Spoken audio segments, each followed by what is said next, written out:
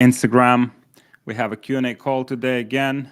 For those of you guys that are new to my channel, to me, my name is Alex Faratov. I've grown multiple 8-figure businesses, generated over $100 million in e-commerce sales in the last 8 years, and we currently operating a portfolio of e-commerce brands. I'm here to help you with any of the questions. We've helped hundreds of people to grow e-commerce businesses.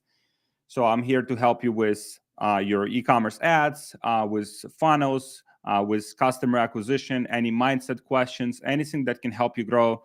I'm here for you. So all you have to do is just drop the question in the comments. I'll answer it for you, and we'll be able to just give you some guidance. Share some of the mistakes that I've made, some of the things that I should have done differently, some of the things that I did right, and we'll be very excited to help you on your journey. So please just drop one in the chat. Just drop one in the chat here, so I know that you can hear me, you can see me okay, and we will get started. Let me get some ones here. Have some questions already. Beautiful, beautiful, beautiful. All right, so just drop one in the chat if you can hear me okay, if you can see me okay. All right, yeah, so awesome. Some questions already pumping in. Beautiful. All right, cool. Yeah, so let's get started. And by the way, if you're watching this on YouTube or on Twitter, just give me a follow on Instagram. Give me a follow on Instagram. This is my Instagram. And if any of the questions you have that I won't be able to answer in time, then you can just DM me directly on Instagram. This is my Instagram. Give me a follow, drop me a question, drop me DM, say hello, good sir, and I'll be able to help you there as well. The Ox, what's up, Alex? Hey, what's up? The Ox. You guys have such crazy names. I should probably change my name. The Ox. Wow, this is so easy to remember. My name is unpronounceable. My name is very hard to remember. All right, cool. I have some questions here already. And we get started. So we have a question here from MTMJ. How much money can you make in a month? How much money can you make in a month? You can make a lot of money if you want, if you focus on something for extended period of time. With e-commerce business, you can make millions of dollars per month if you commit to it for a long period of time. It won't happen overnight. This is where most of the people just get it wrong, where they're getting into the business and they're expecting that they'll be millionaires in a week, and then we're not becoming millionaires in a week. They're getting disappointed. So, but if you commit to it for an extended period of time, like I did, like many of our clients did, then you can absolutely destroy it. You can build an amazing business that you can sell for a lot of money, that can make you a lot of money, and that can support yourself and your family for life. So how much money you can make? You can make a lot, as long as you commit. So that's the most important thing. All right, Noor Queen, I just joined. Awesome. Looking forward for a call tomorrow. Amazing. Welcome on board. Marcus Sabat, how is life in Miami? Miami is great. Miami is phenomenal. I think it's probably one of the best places in the world right now. Yesterday I had a dinner with some good friends, Capital Club people. Steve Tan, great guy, and they were like very, very impressed with Miami, with everything that we have here. I think it's tremendous city to just network with successful people. Just surround yourself with wealth. It's very important because I come from Ukraine, and if you're like in a poor country, like Ukraine was, like, it's a pretty poor country, then you don't see the wealth, you don't see the opportunities. Also, the government is not necessarily motivated to give people the opportunities to grow business. The taxation is not the best, and so all of those factors, they play a role, big role. And so one of the things that I would recommend for people, like once you start a business, once you get momentum with a business, is to relocate to places where there's like more opportunity, where there's network of like-minded people. Dubai is a great spot. Miami is a great spot. There's many great spots around the world where pretty much many entrepreneurs congregate. So you can network, you can get access to the information that other people don't have access to. and that's what will help you to grow your business even faster. And so that's what I would recommend. If you live in a small village, move to a bigger city. If you live in a country that's pretty shitty, or like third world country, like I lived in Ukraine, try to relocate to a better country. So I was relocating several times throughout my life, and every time I'm looking for the place where, you know, there's more opportunities, there's more good people, there's access to financial system, there's access to credit card processing and other things that will help me to grow the business. And so that's some of the things that you just have to take that risk, because it's risky to relocate from, let's say, a village to a city, right? You don't know anyone. Oh, it's like, I don't know anyone, like, you know, so it's like, oh, you're leaving all of your friends and family behind. Guess what? Like, if they're not growth oriented, they're just dragging you down. Like, and that's what I had. Like, if I would stay in my environment where I lived, that environment wasn't very productive for building a business, for thinking bigger.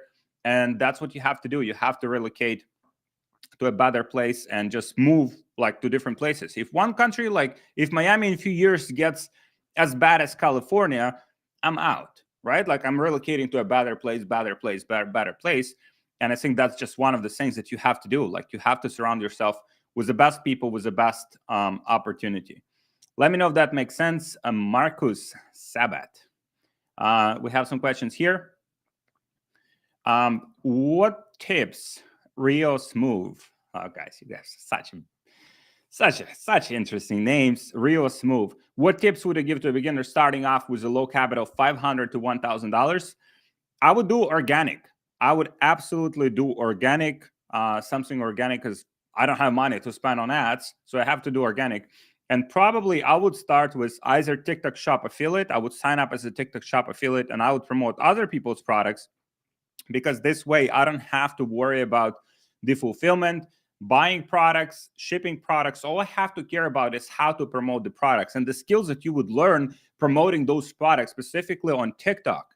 TikTok is probably the best platform to learn from in terms of the content, because anything that you will learn on TikTok will most likely be applicable on Instagram, will be applicable on Facebook, will be applicable on YouTube.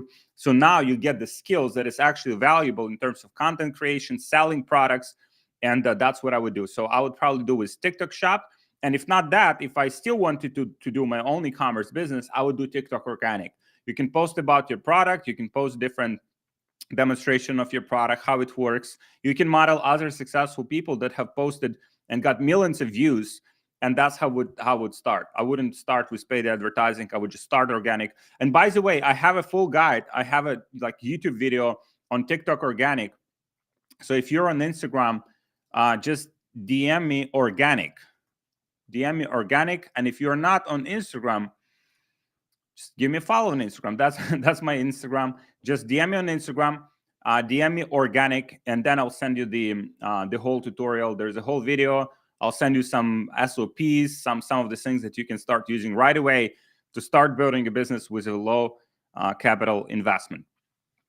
All right, best print and demand in activewear. Number one, I wouldn't do activewear. I think activewear is, first of all, very competitive niche, very complex. You have to constantly develop new products. I think overall, it's like overall clothing and apparel, I think it's a horrible niche to be in. Horrible. Like, unless you have your own manufacturing where you have your cost of manufacturing those products very low, I wouldn't go into apparel. I think it's not the best niche to be in. There's many moving parts. Usually the returns in apparel between like 20, 30, sometimes even 50%. So imagine you're generating like $100,000 per month in sales with your apparel store, and then you're getting like $20,000, $30,000 of refunds, right? So just like simply not sustainable. I know some people that have somehow figured out apparel, but overall it's very complex business to run. You have to always introduce new models, new sizes, new collections. There is a winter collection, summer collection. There's always new collections that you have to sell, and you have to constantly innovate. So complex business to run, I would not recommend that. I would just stick with something that is, like more like a standard product. Here's a standard product. You can sell it throughout the year. My favorite niches are health, beauty, pets, and jewelry. Jewelry doesn't have as many moving parts. Jewelry is pretty much like a standard product, unless you do it personalized. But even then, you can sell those products for a more like a premium price, and you have less complexity in the business. You have less returns, and that's what I would do. That's for you, Abdul Aziz. So Marta Ferreira. Hey Alex, how can I start promoting a site? How did you do? You can promote your site two different ways, right? Number one is organic. Again, just DM me organic on Instagram, and I'll send you my whole tutorial. I'll send you some SOPs. I'll send you some documents. I'll send you like a lot of good training in order for you to get cracking on organic. If not, if you're not doing organic and if you have some capital to spend on ads, I would recommend to have at least a few $1,000s, because there will be a learning curve. You will learn something. So not all of the ads will perform right away, just so you know. And in that case, Facebook is the best platform. In my experience, Facebook just has the biggest amount of users. It has the best algorithm of all of the traffic platforms. And that's what I would do. I would just stick with Facebook. I would crack that. And very scalable too. Like once you crack Facebook, it will allow you to just hit very, very good numbers. And also the skill set that you will learn throughout that process will help you to just build as many businesses as you want, because advertising skill, being able to advertise profitably and effectively, is one of the best skills you can have in today's world, because you can help other companies grow, you can help your business grow, and pretty much you're spending $1 on ads, you're getting $2 back. And that is pretty much the easiest way to scale the business that you can possibly have. Mohammed Imran. My question is regarding Facebook ads. Some say to test with broad CBO with dynamic creative testing. Some say to test with cost caps. What's your lean way of testing? I would not do any like cost caps if you're just in a testing phase. I don't think it makes sense. So you can test just regular ABO campaigns, very simple stuff. Cost caps you would only apply once you have winning creative, once you know that your lander converts, your funnel converts. Then you can start being more fancy with it. You can start playing with bids. But I would not experiment with cost caps and bid caps and doing some very advanced stuff if you're just in the testing phase, because you don't know whether your creative actually works, right? So the auction system and the bids is not actually a variable. What is a variable is your click-through rate, cost per click, whether your ads resonate with an audience, your funnel, your conversion rate, your AOV, the profitability on the funnel in general. Those are much bigger factors initially when you're testing than just playing with bids. Let me know if that makes sense. Mohammed Imran, every time, great questions for you. Thank you so much for sending. All right. Hey, Abdi Shakur Amer, question from Instagram here. Hey, Alex, is Amazon better than Shopify? Amazon is a great platform, but I would not recommend that platform if you're just starting out. The reason I would not recommend that is because with Amazon, you have to spend tens of thousands of dollars on the inventory, sending products from China to Amazon warehouse, pay for all of the fees that Amazon has, and you don't even know whether the product sells, right? So you're literally taking that massive risk. So I would start with Shopify. I would make sure that my product sells. I would make sure that I'm getting sales, I'm making some profit. And then over time, as your business does at least a few $100,000 a month, now you can start adding Amazon as additional traffic source, because as you advertising, a lot of people will start searching for your brand on Amazon, right? So you naturally will be getting traffic to your listing on Amazon. Naturally, you'll start selling some products. And so that's what I would do. I would start with Shopify, get it validated first, get some money coming, and then after that, introduce Amazon once you're at least a few $100,000 a month. That's what I would do. Probably there are people that somehow figured it out, but I talked with one of the very experienced entrepreneurs, and he says that in order to launch on Amazon, properly launch on Amazon, you need about $50,000 to $100,000. $50,000 to $100,000 if you want to properly launch a new product on Amazon, right? And this is he's talking about that from the experience. So let's say 3-5 years ago, if you wanted to launch a product on Amazon, there was less competition. There were less sellers from China that can sell products a lot cost effectively and cheaper than you can. And so now it was a lot different background and a lot different environment than it is right now. Also, Amazon just increased their fees, right? I think it's like 20+% they're taking off the top, right? So if you're generating like $100,000 in sales, 20% is gone by Amazon. And then you want to launch some ads on Amazon. That's additional cost. So I would not recommend that for beginners. I would add Amazon once you have already momentum with your business. Abdi Shakur, hope that answers your question. Fit ECB, you have amazing light in the studio. Thank you, sir. Hey man, how you calculate tax when you start to sell a product? I would not calculate tax like if I don't even have a proof of concept for my product. Now, in the United States, I can explain how it works in the United States because I'm selling products in the United States. Different states in the United States have different thresholds in order how much in sales you can generate before you start paying taxes. So that will depend on the state that you're selling in. You definitely want to be paying state. Let's say if you're based in Texas, you definitely want to pay sales tax and taxes. Tax and taxes. So you want to be paying tax there, and wherever your warehouse is, wherever you have some physical like location for your business, that's what you want to do. But I would not overwhelm yourself with that before you even have a proof of concept for your product. Validate the product first. Once you're getting some sales, once you're making a few $1,000s a day in sales, start looking into that. So let me know if that makes sense. Digital Boost Service. You have $1,000, you know nothing. What do you do with it? Start making money. I would do TikTok Shop affiliate, or I would do TikTok organic. That's like I would learn either one of these, right? Like if I'm low on capital, that's exactly what I would do. Another question here from Mile St. Amlinson. Do you script your ad content for UGC creators to make? 100%. That's one of the mistakes that I see people are making, because they are expecting the creator to pretty much sell the product from the kind of like from their perspective. And most creators are not very good at it. Most creators can kind of just explain the product. They don't know all of the selling points about the product. They don't know all the benefits of the product. So they'll do like a poor job if you are not providing them the full script.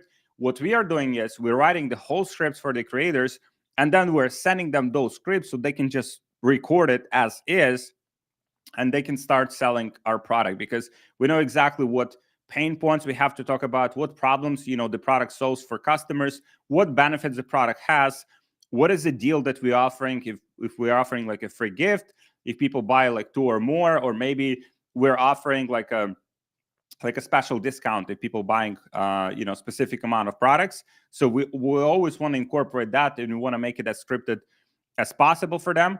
I know some people are just like, oh yeah, let the creators do what they do best, right? Most creators suck. Like, and that's just the reality of things. So what you want to do is you just don't want to leave it up to the chance. And so Mile St. Amlinson. And by the way, on Instagram, DM me on Instagram. So this is my Instagram again. I'll just drop it again. This is my Instagram here. Drop me DM, drop me UGC. I'll send you some awesome SOPs. I'll send you some documents. I'll send you some scripts. I'll send you like many different things that you can start using right away to produce better ads for yourself, because that's literally 80% of success of your ads, predicated on the quality of script that you have, predicated on the quality of the creative that you have. And so if you don't have that dialed in, then you'll have very hard time competing with other people. All right. Ooh, some good questions here. What's your current strategy for Facebook ads? Like, for example, you found the winner, which is a dress. How would you test that? You found the winner, or you still testing that? Yeah, please clarify the ox. So if you found the winner, I mean, testing products is relatively easy. Just ABO campaigns, very simple. Once you found something that's working, now you can try some CBOs, you can try some cost caps and bid caps. And by the way, I have some awesome tutorials on my YouTube channel. If you don't watch my YouTube channel, you definitely should. On like Facebook ad strategy in general. Big part of that will be creative. Creative, again, is like 80% of it. So let's say you have image of the ad that's working well for you. Using AI tools, you can create 5, 10, 20 different variations of that image with different backgrounds. You don't have to even do like a real photo shoot. Literally, you can just use AI tools to create different background for the ad that's already working for you. So now you'll be pretty much, you can turn one of that winning ads that you have into 2, 3, 5 like different winning ads that you can scale. And that's how you would be able to scale that product and put it in front of more people and make money. That's what it's all about. So in your experience, do you think starting and flipping multiple stores yield the most revenue, or focusing on one larger store across multiple years? It's a great question. It's a phenomenal question from Maliki USD. I think focusing on one brand is definitely a better approach, better strategy. Like even in our business, I mean, we've had dozens of stores, and some of those done phenomenal, done over 8 figures in sales. But looking back, like if I would just double down on one brand and just start introducing other products to that brand and start diversifying the traffic sources for that brand, it would be a lot more valuable asset than just focusing on different brands. And just every time you have to figure everything out from scratch, right? What is the audience? What do they want? What are the pain points of the product? What are the relationships with suppliers? What is the margin structure? What is the customer experience? So all of those things you have to figure out for all of these stores. So I would just double down on one brand. I would start introducing other products. I would start diversifying traffic sources for that specific brand, so that you're not just dependent, let's say, on Facebook. You're not just dependent on Amazon. You're not just dependent on any of the traffic sources. Let's say you have 20, 20, 20, 20, 20% of traffic comes from here, 20% comes from here, 20%. So if something happens with one of the channels, you're still able to make money again. So that's what I would do. Maliki USD, it's an amazing question. Thank you so much for dropping it. Ignacio, thank you. Thank you for kind words. You're also amazing, sir. Thank you. Daniel Stoyanov, does image ads work well? What is your opinion? Depends on which kind of product. If you're selling jewelry, if you're selling apparel, again, I don't recommend selling apparel. It's a lot of complexities. It's a lot of issues in the apparel niche. Unless you're really passionate about that, and really, unless you really want to make that work. And other than that, in other niches, most of the times you need video ads. If the product needs explanation, so let's say if I'm selling a cup, right? I don't recommend selling a cup, but just an example. If you're selling a cup and it has some cute like words on it, so it's relatively easy to just show the design, and if someone likes the design, they'll just go ahead and buy it. But if you're selling gadget, right? Let's say you're selling, I don't know, you're selling some gadgets. I don't have some gadgets. I have some gadgets in another room that then you need to explain how that gadget works, what it does, all of the features that it has. And it's very hard to explain that through the image, right? So you have to do the video, you have to do the product demonstration. You probably need to have some UGC creator to pretty much, explain the product, how it works, how it changed their life, so that you have a better kind of like selling points, right? You kind of like explain your product and give people more reasons to buy that product. So that's what I would recommend.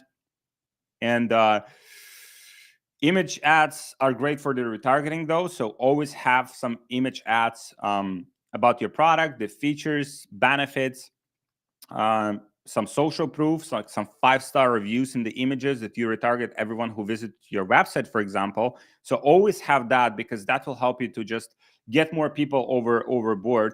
Also, another great image ad that you can use for retargeting is just outlining, if you have Klarna or you have Afterpay, or if you have any other payment options, you want to use that as pretty much as image ad, and show people that they can buy the product for 4 easy payments of whatever, $20, right? If the product is $80, because a lot of people in the United States specifically are buying products because they don't want to spend $80 up front, but they're okay, paying $20 for the product and then paying the rest through the payments, which is available through Shop Pay. Shop Pay is natively integrated with Shopify payments, So you would have access to that, and that will give you the access to pretty much payment split options. Let me know if that makes sense. Daniel Stoyanov, great question. Yes, that makes sense. I have one more question. How do you position your product when it's already being sold by many competitors? For example, compression socks, how would you differentiate?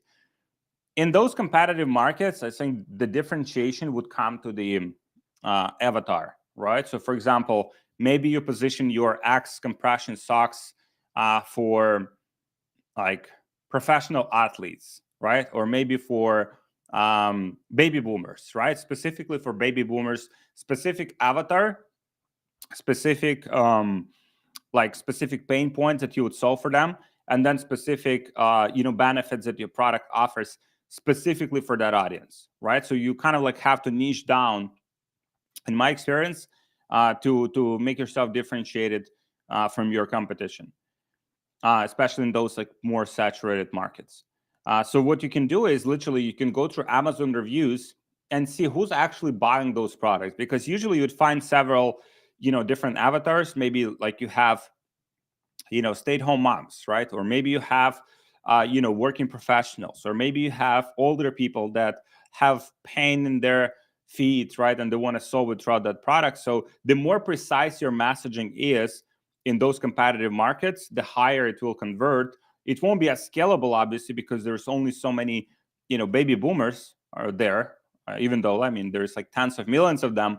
But your message will be more precise, which means it will convert higher, and people who are reading your ads and who watching your ads and who watching your funnel will be resonating with it more. Another way that you can differentiate is by adding some like attractive character, some person. Could be the doctor, could be someone who is kind of like the face of the company. So that is another way, but this one is more difficult to execute. I have a question from Vex. What size do you use to make advertorials design-wise? We're using Funnelish. We're also using other platform, which is called Tio. It's a great platform as well. And so Funnelish is a great starting point. You can literally design everything inside of Funnelish. There's Funnelish professionals you can hire on Fiverr. There's many of them there. Upwork. So yeah, Funnelish is a great platform. It's not perfect. It breaks sometimes, like any other platform. Even Shopify breaks sometimes. But that will get you some good momentum. With Funnelish, you can do I've seen people doing multiple millions of dollars per month just with Funnelish. So that's what I would start with. What advertorial structure? I think advertorial structure works well for you. Presale 1, presale 2, order form, order bumps, upsell 1, 2, 3, 4. So there's several upsells to maximize the average order value, several order bumps, usually 2 presale pages. So that's for the products that ideally we want to get the AOV above $100, ideally 150 plus. That's what's working for us the best right now. If you start anti-aging a new dropshipping brand from scratch, what funnel strategy do you start to validate the product? Do you start with presale page first, or do you need validation first? It's a great question. I would probably, knowing that category is very competitive, but also it is proven category, I would probably start with presale pages right away. Right away, I would see the progression between step 1 and step number 2. Let's say if you have presale page, you have your order form, I would see what progression of what percentage of people progressing from the first page to the second one. Ideally, you want to be 25-30% plus, which means if 100 people landed on your presale page, you want at least 25-30 of them to land on the second stage of the funnel, whether it's a second presale or it's the order form. So I would look where the bottleneck is and I would address that. But in those very competitive niches, I think anti-aging, if you just send traffic straight to your product page, unless you're in the less competitive markets, maybe you're selling in Europe, you're selling in South America, maybe you're selling in Asia, where people have not seen so many of those different ads. In that case, it can work. But if you're selling in the United States specifically, you definitely want to be utilizing some good funnels. Do you have any person inside Google and PayPal to get accounts to get banned or unbanned? I'm doing 500 1 million a month. No, I mean Matt, we don't have anyone to get banned, but we have some lawyers that we work with that are pretty effective in getting things resolved. If you can DM me on Instagram, Simarjot Singh, please DM me on Instagram so I can see how we can help you. So this is my Instagram. Please just drop a question there, and then I'll see how we can help you there. So yeah, please, any resources like UGC resources, ad creatives resources, Facebook ads resources like scaling, optimization, KPIs. I have so many different resources I want to give to you. So please just DM me on Instagram. This is my Instagram, and I'll send those resources your way. How much of an increase do you see in conversions when using advertorials? How much of an increase in conversion? Usually it's like 50%. That's what we're aiming for. So let's say if we're getting like 2% like on Shopify, just an example, right? Then we would get 3% using advertorials. But besides that, we're also aiming for higher average order value. Usually the increase in average order value, because we have multiple upsells, we have order bumps, we're bundling products better, we would get additional 25 to 50% increase in the average order value. So both conversion rate and average order value are better when using advertorials, in my experience. And by the way, I have, again, please DM me on Instagram. Again, this is my Instagram. I have some great resources when it comes to advertorials, funnels, like funnel strategy in general. Just DM me funnel on Instagram, and I'll send those resources your way. What's the difference between presale 1 and presale 2? Great question from Mohammed Imran. You're always pumping some good questions here. So the difference is so the first one is usually the story. It's more like a text format, whereas the second presale is usually like a landing page, right? Where you're just kind of like going through all of the selling points of the product. You have a lot of images that display different features of the product, how to use the product. So it's kind of like the objective there is to eliminate the objective is to eliminate the objections that customer would have after watching the first one, and also to have all of the information pretty much summarized. So we have, for instance, very long, extensive, frequently asked question section. So we're answering every little question that people have about the product, how it works, how fast it ships, like all of the details that people want to know about the product before ordering it.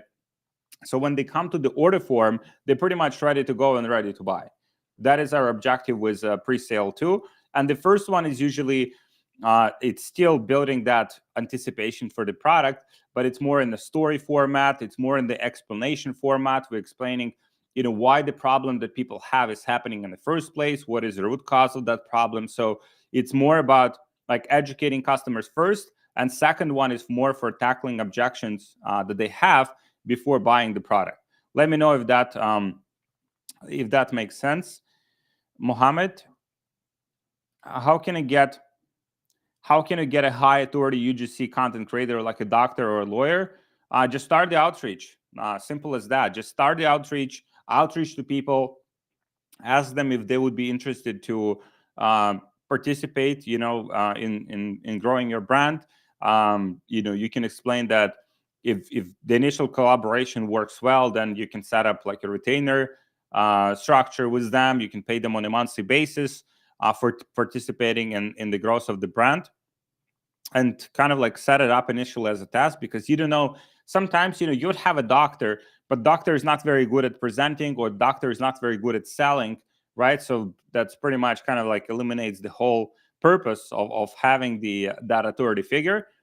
So it's always dependent on the phase that you have and how good they are in explaining things. So that's that's what I would recommend. The initial collaboration is more like a test. You don't offer any like, okay, so let's work for the next like 5 years, and you'll be the face of the brand. No, let's test it out. We'll send you the product, test it for yourself if you like it.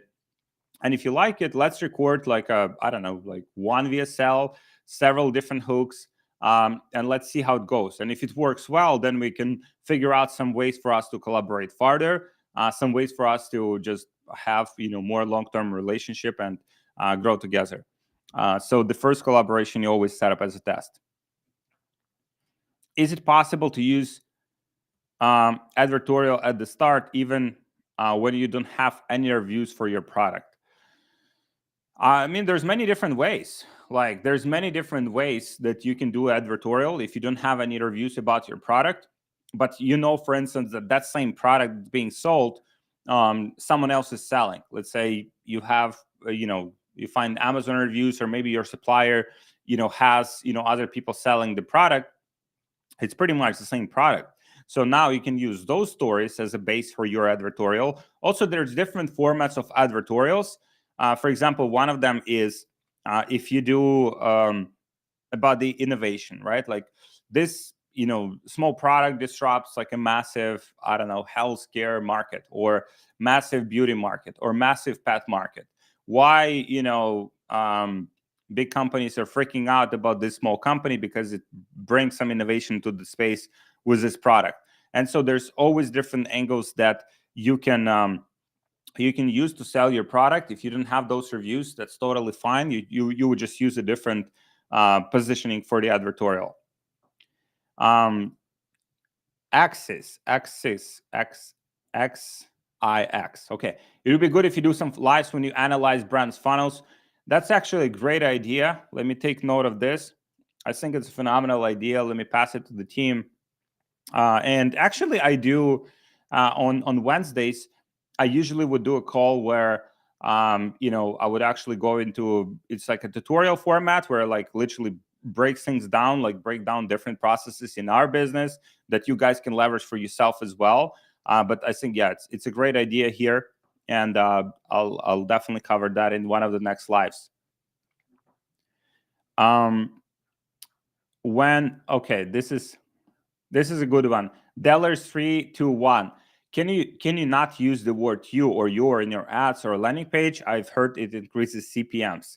Yes, it increases CPMs. In my experience, you would just not use it. Like replace it with some other words. Like for example, you wouldn't say like, if you're struggling with X, Y, and Z, right? So now that's very aggressive. Facebook doesn't like it because you're literally talking to people like kind of like pointing out to the pains that they have, and that creates a negative user experience because now people are starting, are you overweight, right? And so now people start, oh geez, I'm overweight, right? So now people start freaking out and thinking how overweight they are. And you can do it in a form of story. It's like, I tried to lose weight for 3 years and nothing worked, right? So now you're not telling it you're telling it from the perspective of the first person. So that's one kind of like workaround about that. But yeah, definitely, I would not recommend to use the word you, because in my experience, it's getting you higher CPMs. Mr. Saruf. Hey, Alex, when running products that have similar interests, does it affect the performance of the product? Meaning, should I run product with similar interests or different ad accounts? Very good question. There is a feature, if you just look for it's called, I think, auction overlap, Facebook. There is like a specific place in your ad account where you could look into that. You can see if you are overlapping with some of the similar interests that you have, and you can reduce that. Overall, like, you want to ideally consolidate your ad account, where instead of having, let's say, 5 different ad sets at $100 a day, you would have one ad set at $500 a day and just more creatives inside of it. That's what I would recommend. So then, you don't overlap with different ad sets hitting the same audiences. Literally, it's one bigger audience hitting a bigger pool of people, and they're not competing with each other in the auction. that's what I would recommend. Just look into auction overlap on Facebook. Let me see if I can drop it here as well. So let me see. I'll show it on screen. Yeah, it will be hard for you to. Yeah, just Google auction overlap Facebook, and that will give you some good ideas on what you can do. All right, so this is a good one. Hey Alex, when you always say testing different angles, what do you mean? The way you write your script, different ad concepts, if it's a video, image, ads, I don't actually know what you mean. Ignacio, that's a phenomenal question. What I mean by that is different angles is it starts on the ad side, but also it can reflect on the funnel side as well. What I mean by that is, let's say you're selling an iPhone, right? I'll use iPhone as an example. I don't have any other products here. So iPhone as an example, and let's say the angle for this iPhone is, let's say you want to sell it to grandmas, right? Like let's say one of the angles, one of the markets that you want to go after. So if you want to sell to grandmas, then number one, the angle would reflect, what kind of content creators you would use in your ads. You probably want to use grandma, right? So it's like, if you're selling to grandmas, you want to use grandmas. If you're selling to younger demographic, then you want to use younger demographic. Then the language that they would use wouldn't be like, oh, I'm 65 years old and I just bought this iPhone with the newest processor and the fast video and like all of the like fancy technological things. They would say, I love connecting with my grandkids when they're away. It makes me feel so closer to them, right? So the language and everything that's kind of like related with that. So both the actor, the scripts would be related to that angle that you have. And once you see some promising metrics on those ads, then you can also create a different advertorial specifically going after the grandmas, right? Like where grandma is telling her story, how she couldn't connect with her kids because of, like, I don't know, because they were using Samsung, so she just couldn't get it done with Samsung, and then she got an iPhone and her life forever changed, right? So this is just an example, right? Obviously you probably don't want to be selling iPhones through advertorials, but that's kind of like what I mean. So it's kind of like starts on the ad side overall, with the messaging, with the actors that you use, with the scripts that they use, and then it reflects all the way throughout the funnel. Let me know if that makes sense, Ignacio. So my supplier will take 2.5 months for my first order of inventory. That's pretty reasonable. That's usually what it takes. Usually there's about 30 days to manufacture pretty much any product unless they already have it in stock.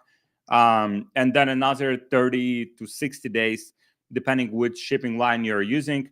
Now, that's the second part of the question. What can I do to be more productive in the meantime? You can run pre-sales if your product is interesting and something new to the market. There is like pre-sale apps on Shopify that pre-orders, basically. So people would place pre-orders, they would put their credit card information, they would even get charged, and then they just know that the product will be there in about 2.5 months, right? So that's one thing that you can do.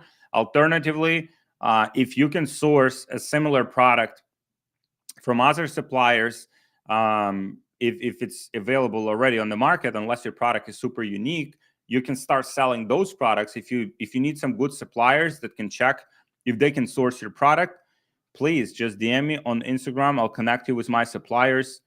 They can source pretty much any product known to man. Like they can source these products. They can ship them for you, and many of them are available already in stock. So they would go and browse like different factories, contact different factories, find out if that product is already available in stock, and that's what you can do in the meantime to be more productive. So that's for you, Nobody. Let me know if that makes sense, please. Hi, Fetty. Fetty. I see you're big on getting custom content To test an item, what stop loss you think is suitable when testing with custom content from scratch? Do you think all entires should be like that? To test an item. So here's what we do, like our approach for this, right? Number one is we are looking, we're digging very deep. Like when we're doing the initial research for the product, we want to make sure that the product sells. Like we want to make sure there's already someone else or multiple people selling that product effectively. Like we want to be certain that that is the case. So in that case, if we know that the product sells, right? So the product is out of the equation. And there's only three variables to grow an e-commerce business. Number one is the product. Number two is the funnel. So number two is ads. And number three is the funnel, right? So product, ads, funnel. Okay, in that case, we're left with two variables, which is ads and funnel. Okay, so in that case, let's say we're testing it with custom content and it doesn't work. Okay, we just know maybe our ads suck. Maybe our scripts suck, right? So let's evaluate it. Maybe our scripts need to be different. Let's see what we can do better. Maybe we need to do more research about different angles we could use and send the product to the creators again. Again, it's not the most cost-effective approach. It's not. Most people just starting, when they're testing the product, they just get the content from the internet. They'll rip it from YouTube. They'll rip it from Instagram. They'll rip it from TikTok. They'll just put the videos together and start selling, which is, kind of like comes with a certain set of risks. If you want to do that, it's up to you. Like take that risk because you can get DMCA, you can get copyright strikes and stuff like that. But other than that, it's the way and that's why we always, when we are testing different content creators, when we're testing a new product, we always get them different scripts. We always giving them at least different hooks, at least as a minimum. So let's say they have the same script, but then they have 10 different hooks that they record. So now instead of just one ad, we have 10 different variations of the ad. And besides that, it's either you rip the content or you create your own. They're literally the only two options. And ripping can only get you so far. If you want to take that risk, up to you. But I would not recommend that. But if you want to take the risk, it's totally up to you. One great advertorial that's making millions a month you should analyze is Nura brand. Okay. Nora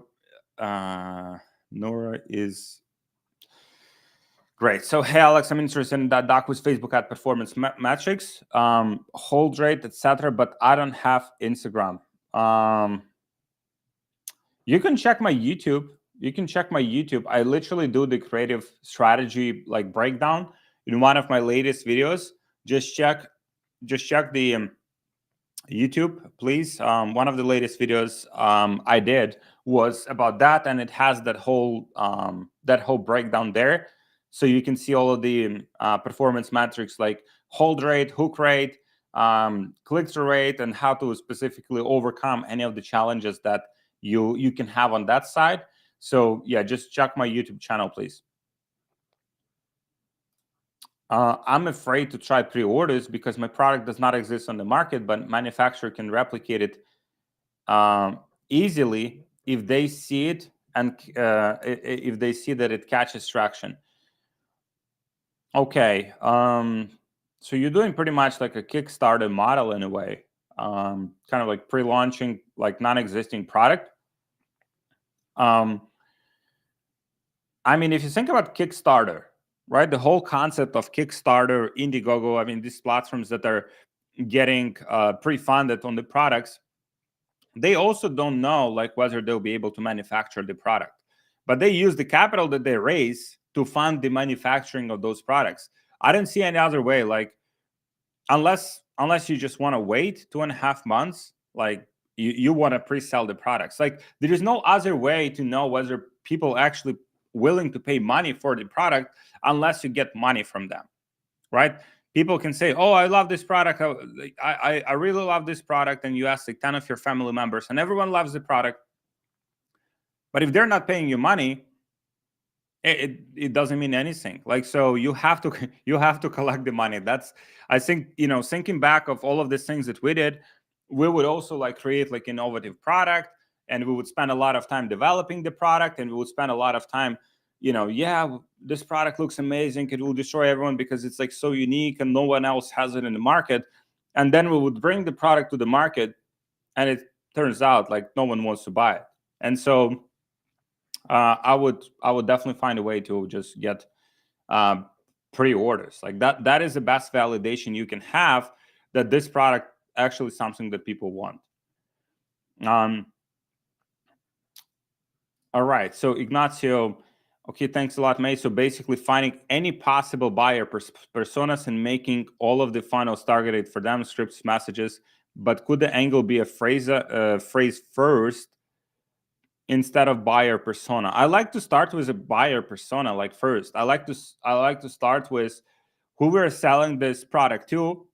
Number one, what is the a problem or pain that these people are facing, and what is the language that they use to describe that pain or problem that they have? And that is pretty much the foundation for overall, marketing that we have.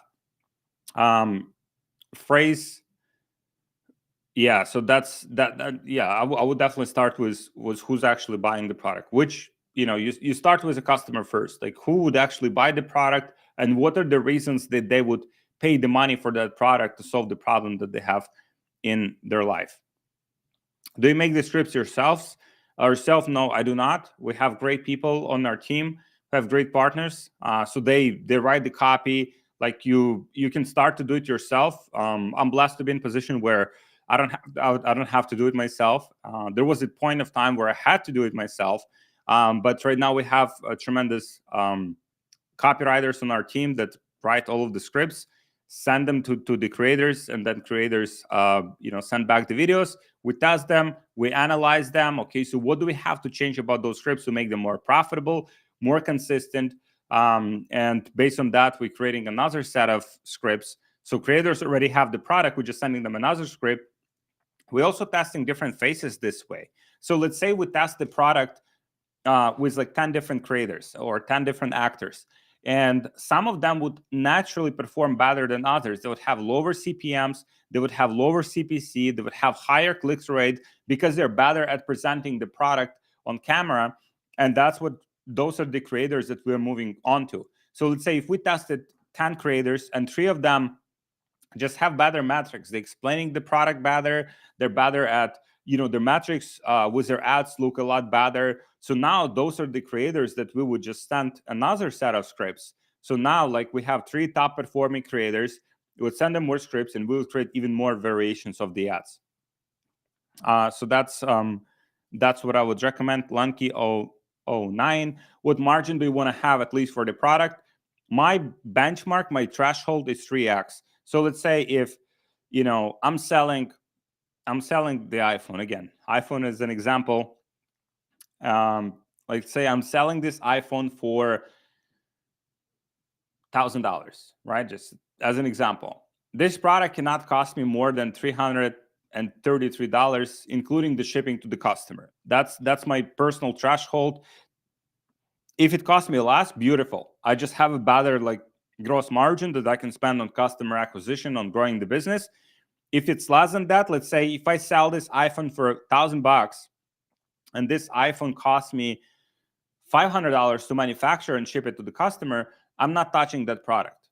I'm not touching that product because it's simply very low gross margin for me to be able to scale the business. And so that's like number one thing, that when you find the product that you want to sell, just look at the margins, look how much it will actually cost you to source the product, ship the product, because that will pretty much make your whole business either like very successful or very unsuccessful, and you won't be able to scale it. Script yourself. Do you make the scripts yourself? Any guide when you do product research? What are you looking for? Other than multiple people scaling it, what margin is a minimum? I think I answered that one. So margin 3x, ideally higher than that. If you can do 4x, 5x, even better. Like if you buy like any of the products on the market, literally any product that you buy in the market, most likely those products have 4x, 5x, 10x markup. Like the best products on the market, they always have great margin structure, which allows the company to spend money on advertising, spend money on expanding, spend money on hiring great people. And that is that's just what is my personal criteria. Any guide on writing the scripts? Yeah, so I have like lots of resources for you guys. Just Lanky009 and everyone, please just DM me on Instagram.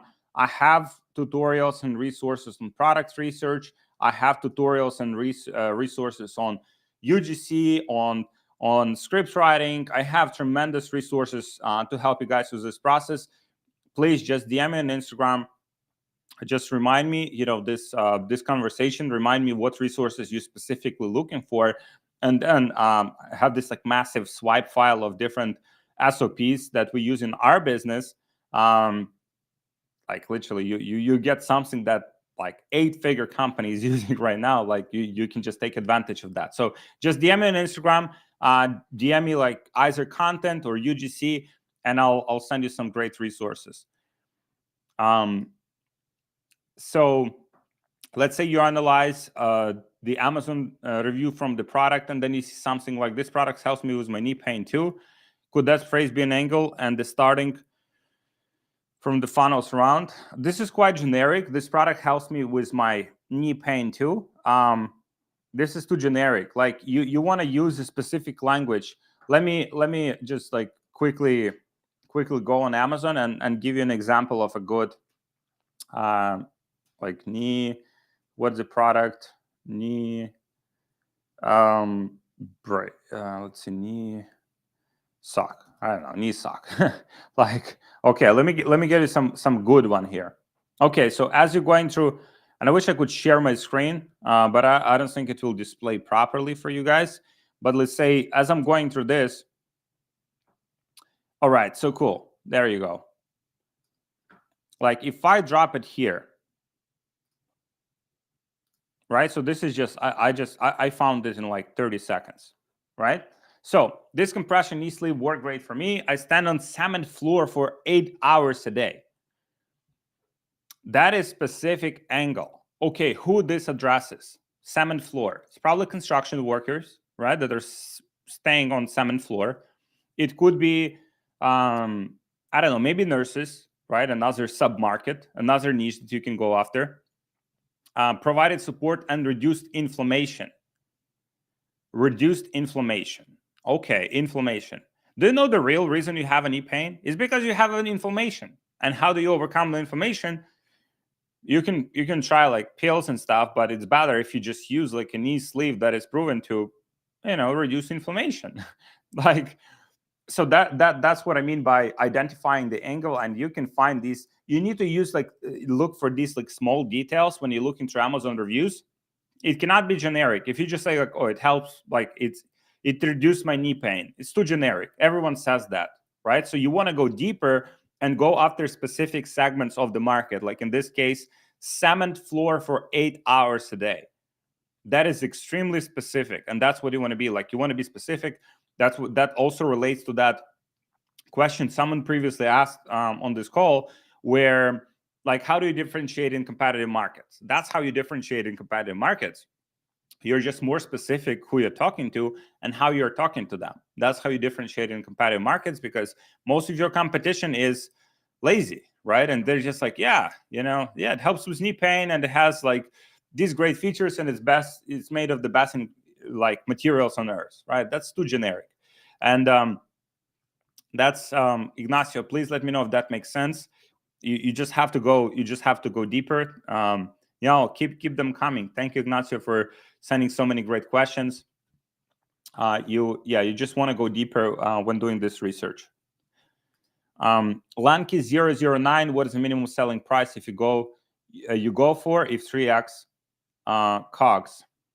Yes, I like products that are at least $50, like $45-$50 at least, because I want to get to at least $100 AOV, average order value. That is my benchmark, my North Star. And so if I'm selling the product for like $20, $30, it will be very hard for me to sell the product and get the AOV of $100. So I'm looking for at least $50 average order value, because if you just go down the market, if you try to compete with other people on price, which is something that a lot of people do. Oh, it's like everyone's selling it for $35. Let me sell it for $25. That is a losing game. That is a losing game, because first of all, you're not sourcing your products directly from the manufacturer. So it's probably costing you more expensive. Your supplier, your agent, they all have their fees, right, that they're adding on top of the product. You also don't have direct relationships or big volume with 3PL companies. If you're sending from China, like logistic companies from China. And so your margin structure won't be the best in order for you to compete on the price. So I would never recommend to compete anyone on price unless you have like, I don't know, super like, I don't know, some product that everyone wants to buy, and like it's something that people cannot buy anywhere else, and it's only from you, and you have no competition, and you just want to get as big part of the market as possible. But overall, competing on price, I think it's a losing strategy. So you wanna find a way to position your product as a premium market. You can even like, oh, all these people are selling these cheap products, and that's why they don't work. What you have to do is like you have to buy a premium product with a better quality that actually fucking works. And that's if you learn. I mean, all of these luxury companies, they don't sell like on price. Like Louis Vuitton, like product quality is okay, right? And I have so many of those. Like I had some low quality items, and I had some higher quality items, and I like my $20 t-shirts better than $500 t-shirts or $1,000 t-shirts that I'm buying. Like I bought both, and the quality is the same. It's just the perception and the way that they're able to create that premium perception of the product. And so that's what I would recommend. And also, I mean, if you sell the product for a higher price, then you can also just spend more money on the product development. Maybe you actually can make the product the best in the market, because now you have that extra margin that you can invest back into like research and development. Maybe you can work with a better factory. Maybe you can ship your product faster. Maybe you can send the product to 3PL and have very good shipping times and great experience for customers. So all of those things matter on the scale, and I would not recommend to go for lower price points. Lev Pashanov, hey, what to do when getting high CPMs, $30 to $100 CPMs? Lev, if you can sell me $30 CPMs, like I'll buy them all day long. We're getting $40, $50, $60, $70 CPMs. And in some niches like health and beauty, those are pretty normal. That's just what it is, right? Like that's just higher CPMs because there's quite a few brands advertising in those niches. It's competitive, but also it has a lot of demand, so you can still sell your products as long as you're differentiated from your competitors. So if you're getting $100 CPMs, it could be the language that you're using in your ads. It could be the feedback score on the page that you have is not the best. Maybe you have to improve that. Maybe the reputation of your business manager is not the best. So there's like quite a few factors that we are going through if we're getting those kind of metrics. But in some niches, $30, $40, $50 CPMs are totally normal, and we're able to operate on those numbers profitably. That's but then we put a lot of emphasis on improving our funnel. How do we improve our average order value? How do we improve our conversion rate? So even if we're getting higher CPMs, we're still profitable because we have the metrics on the back end for our business dialed in. Lev, let's review your stuff. If you can send me a DM on Instagram, so and some more details, so I see if what you're getting on your CPMs is reasonable for the niche that you're in. Lev, please DM me. And by the way, everyone, please DM me on Instagram. UGC content, SOPs, Facebook ads SOPs, products research SOPs. I have so many of those. I have templates, I have SOPs, I have resources, I have tutorials, I have lots of YouTube videos that kind of cover these topics in a great detail. So please just DM me on Instagram, whatever challenge you have. Just, hey, Alex, you mentioned about X, Y, and Z. Can you drop me a resource? Please DM me on Instagram and I'll send it over.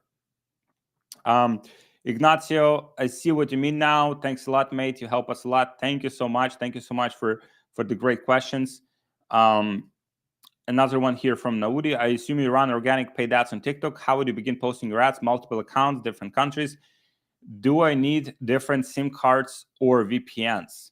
That's a great question. I'm based in the United States, so I don't have that problem.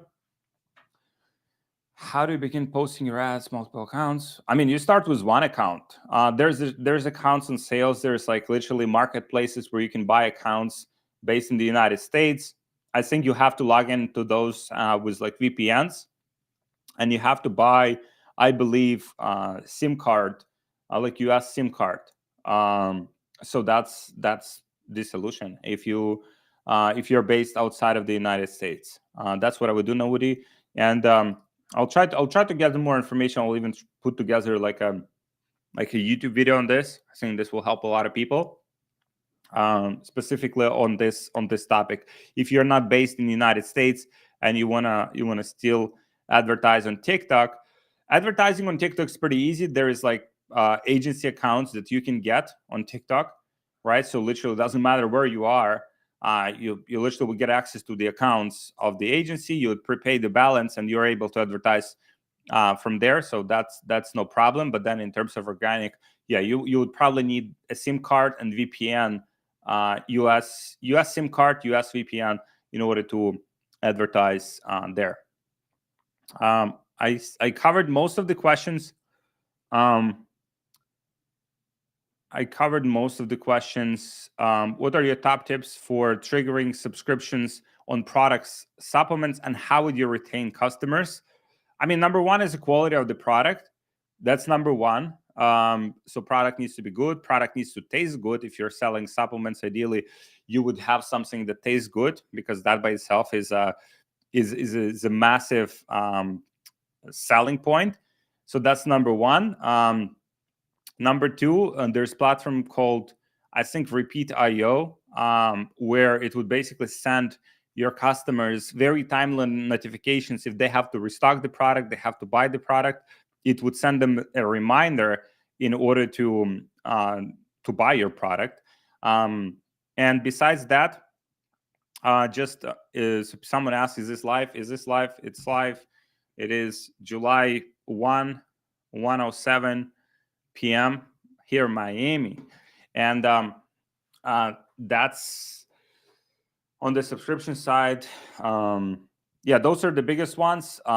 Besides that, it's also yeah, I think it's pre-recorded. Christos, what the fuck? Hey, what the fuck? Pre-recorded.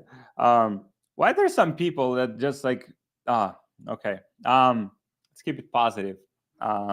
Let's keep it positive. There's some people just instead of asking some good questions, they are just wasting their time. All right. So in terms of the subscription, ideally you would have some touch point when let's say your customer service calls people and asks them about their experience. Could also upsell them other products. So you would have to have at least like few agents on the phone calling the customers and finding out like how they're using the product. Are they using the product consistently? Also, you can do the habit tracker. That's something. Habit tracker is something that you can include with your product, so that people are including pretty much they're marking how many days they have used the product, and so that creates an extra habit for them in order to use the product consistently. So that's one of the things that you can incorporate. But I mean, at the end of the day, product itself is probably the biggest factor. If you think about all of the products that you keep reordering, maybe you're not even like on subscription, but you keep reordering those products, I would just think, okay, well, why I'm reordering why I'm rewarding these products all the time, right? Okay, maybe it's the quality of the product. Maybe it's the, maybe it's taste of the product, right? So maybe it's, I don't know, maybe I love the branding of the product, right? Just think back about all of the products that you have purchased, and then that will give you like kind of like good perspective, what you have to change in your own product in order to to make it more sticky. um Bob, my man. Same issue here. I'm running video ads for beauty product, but my CPMs is $150. On day one, spend $50. Okay, yeah, it's number one is the ads. Maybe your ads are too aggressive. Maybe your ads are like not good quality stock content. That's another one. What we have found is that if you're using some stock content, and you can source stock content from like different platforms, and it's not custom content, then the CPMs are usually higher. Maybe your hook is not good enough. Maybe your ads are not engaging enough. Bob, if you can hit me up on Instagram, share some of these metrics. You can drop the link as well for your landing page or where you're driving traffic. So I'll give you some feedback there. And that's definitely something not scalable. It's very hard to scale with $100 and $150 CPMs. It's very hard. It's pretty much like almost like impossible to scale. Like, and $50, you're getting about seven. Okay, so you're getting about $7 cost per click, which means your click-through rate also seem to be pretty low, right? So it's a quality of the ads. It's quality of the ads for the most part, but also could be the ads manager that you're using or business manager. Maybe it's flagged or doesn't have a lot of reputation. So let me hit me up on Instagram. I'll give you some nuggets there. I'll help you to fix it and get you back on track. I'm super confident. Okay. Another one from Bob here. I'm super confident in my product and landing page since 2 of the 7 visitors made a purchase, but on days 2 to 4, I didn't get any sales, and the CPM has not improved. 2 of the 7 visitors, CPMs. Yeah, it's most likely the ads themselves. Most likely the ads. Like Facebook is just putting you in the bucket of low quality ads, and that's usually what causes like very high CPM. So I would look into your ads, and I would see what can be improved there. Maybe there's a lot of skin. Maybe there's a lot of like language that is like very aggressive for customers, and your business manager and ads manager and the page don't have a lot of reputation established yet, so that Facebook is fitting it. Facebook is putting it on the bottom of the auction and makes you compete on a very high CPMs. Faisal Adam, Alex, could you explain in depth how BBA is set up? I'm interested in joining. We get access to Discord, or we have a coach to help us. Yeah, so I mean, you get everything. We actually use WhatsApp for our community. It's extremely engaged. Like every day, we're getting like hundreds of like messages, questions, and answers. Like people brainstorming, like learning from each other. Also, we have like you'll have one-on-one access to our team. So you literally have like one-on-one coaches calls. You can get any of your questions answered. We're also updating the training because how industry is moving, like it's very fast. And so every week, like at least, we're updating some videos in the training, like what's new, what's working right now, what doesn't work anymore. We're removing the older videos. We're putting in the new videos on what's working, specific strategies, specific tools, using AI, using different strategies that are working like exactly right now.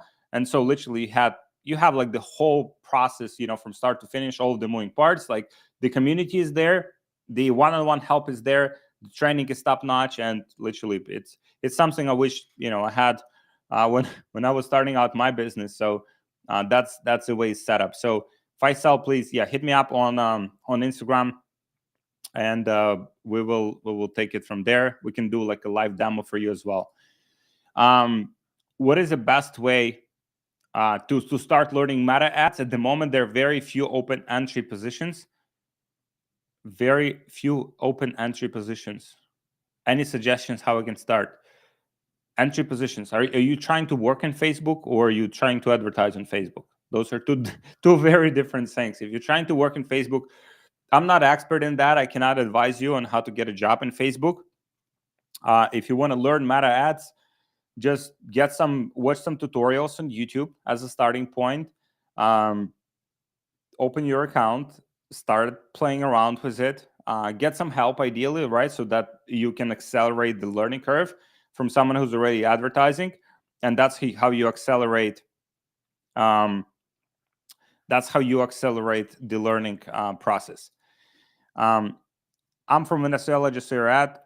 Does your service of setting up a Shopify store work for me? Do I need to invest in ads to get sales? Any other important information I should know? You can get sales organically. You don't have to advertise, like if you're low on capital. So we basically have two different ways of getting traffic. Number one is paid ads. It's Facebook. Number two is organic, which is TikTok for the most part. It's the best platform right now for the organic marketing. And literally, you get a store, you get products preloaded. You can get started with that. If you want to modify the store, it's totally yours. We don't take any percentage of the revenue or any percent of sales that you generate. It's totally yours. So Roberto Delno Brega, that's for you. Faisal Adam, have a question. I'm in a fashion industry. I know you're not fond of. I'm not drop shipping the items because I'm passionate about it. I wanted to know. Since I cannot test with drop shipping, like you recommend to. So if that's your passion, I mean, when it comes to passion, I mean, I'm kind of like very. I know it's like sometimes you can be passionate about something, but you always want to make sure that there is a niche, right? Or there's a demand for your products, because passion that doesn't make money is just a passion, right? And passion that makes money is a proper business, right? So depends what's your objective. If your objective is to make money, I think you added here, I test with pre-order. Yeah, you can test definitely with pre-order.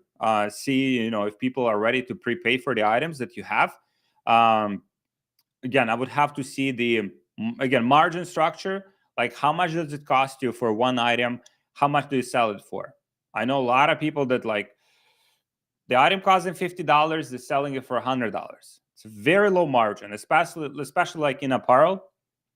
Like, you will have 20-30% returns. Like, that's just part of the game, unless you have something like very special that people, or universal sizes where there is not as many returns. But usually apparel is very high return rates, sometimes even 50%, like 20, 30, 50%. So margin structure, number one. Market demand, number two. Number three is the return, but you don't know the return because you don't have data yet. So I would go through all of these. Test pre-orders. Like, pre-orders is phenomenal. I think it's pre-ordering. That's like the best validation you can have. The people actually want to buy the product. With apparel brands, I think one way that, if you're very passionate about it, you wanna like stand out. It's very crowded space. Like, if you go to the shopping malls, like, think about what are the majority of the stores selling, right? They're selling apparel, like most of the stores. So you're competing on with literally like hundreds of stores that people can buy the products from, right? Besides all of the online stores that already established and been selling for a long time. So it's very competitive niche.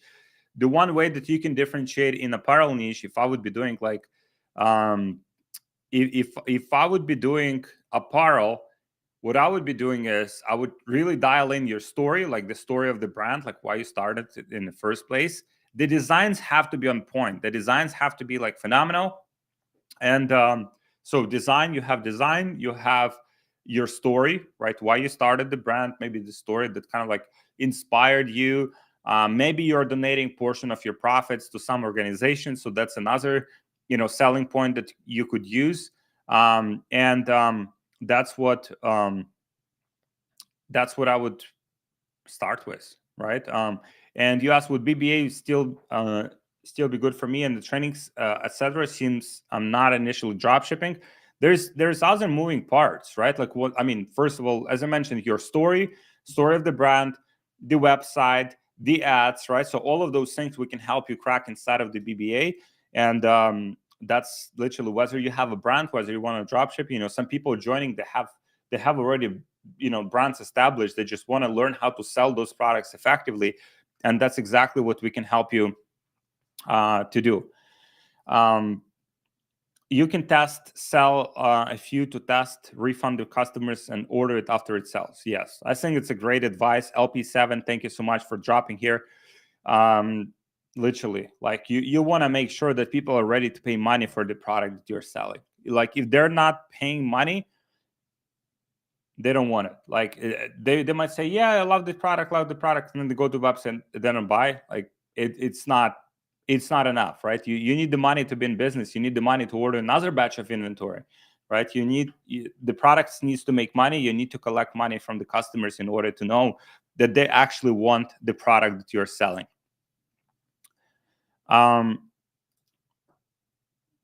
Thanks for the answer. Serious question. If I invest in your Shopify setup service, confident I can reach at least 1K months in net profit. I can do massive TikTok videos to get views. If you have that skill set, I personally have no doubt about it. Like, just get it going, get it going. We've had so many people that are getting to those numbers, like even $1,000 a day inside of our program. So there's no doubt, if you commit to it, if you really decide to, okay, I'm going all in with this, I'll learn, I'll improve every time, every day. And especially if you have the skill set of making TikTok videos to get views, then you definitely can position yourself very well and build a great business out of it. This is for you, Roberto. So yeah, short answer is, if you commit to it, I'm very confident. That's number one thing. You have to commit to it, right? Can do it like just a little bit here, a little bit there. You have to obsess and commit yourself to mastering this craft. Does BBA cover Pinterest ads or only Facebook? We cover Facebook ads and TikTok ads. Right? These are the two main platforms that we are covering. We're also doing the influencer marketing, which is their channel. We don't focus as much on Pinterest ads. They're not as effective in my experience as of recent, as additional traffic source for sure, like just posting stuff on Pinterest. But the buyer intent is not as great as, let's say, as Facebook. So that's why we personally prefer Facebook and TikTok, these two platforms. And we also have Google, right? So these three platforms that have high buying intent, right? Where you can advertise, you can directly track the ROI you're having. You don't have to spend. Last time we advertised on Pinterest on scale, like it took us about $3,000 to $5,000 to get the initial momentum, because the pixel is not as efficient as Facebook's pixel, and it just takes a lot of time and data and learning in order to optimize the metrics, in order to make it profitable. How much should I plan to spend on Meta ads to test and find a new product that I can sell? I would say a few $1,000s. Like that's usually I've seen that's usually a sweet spot. Like few $1,000s. That's what I would allocate for learning, for just like getting that initial traction. Salas Mahiri, awesome help. Alex, thank you. Thank you, guys. Amazing questions as always. Tremendous questions. Love it. And if you any of the questions that I haven't answered, I see some of the questions that I just didn't have time to answer. Please DM me on Instagram. Drop your questions. I'll answer them for you there. Again, have so many great resources, different SOPs, different documents, cheat sheets, like any area of the business, whether it's conversion rate optimization, whether it's TikTok ads, Facebook ads, scaling, optimizing, product research, like any area of the business, even like transitioning from a drop shipping to a brand, right? Like let's say you drop shipping something, you have some good momentum with it, you want to turn into a real brand that you're proud of. I have tremendous resources, SOPs, everything that's working right now, the suppliers information. So whichever area of the business you think like is kind of like currently lacking for you, I have resources for you. I have tutorials, I have documents, like everything to help you scale your business, make money. That's the objective, so that you can join the next call and say me thank you. That's my goal. Best products research method. Just DM me on Instagram. DM me on Instagram. I'll send you literally my whole product research method, templates, like everything that you need to get it cracking. And Bob, thank you for the questions. Thank you everyone for the questions. Tremendous questions, and I enjoyed it so much. And I will see you next week or next time. I think Wednesday. We have another call on Wednesday. So yeah, if I haven't answered questions, again, please Instagram, DM, and I'll answer it for you. Thank you very much for watching. Thank you so much for joining. Thank you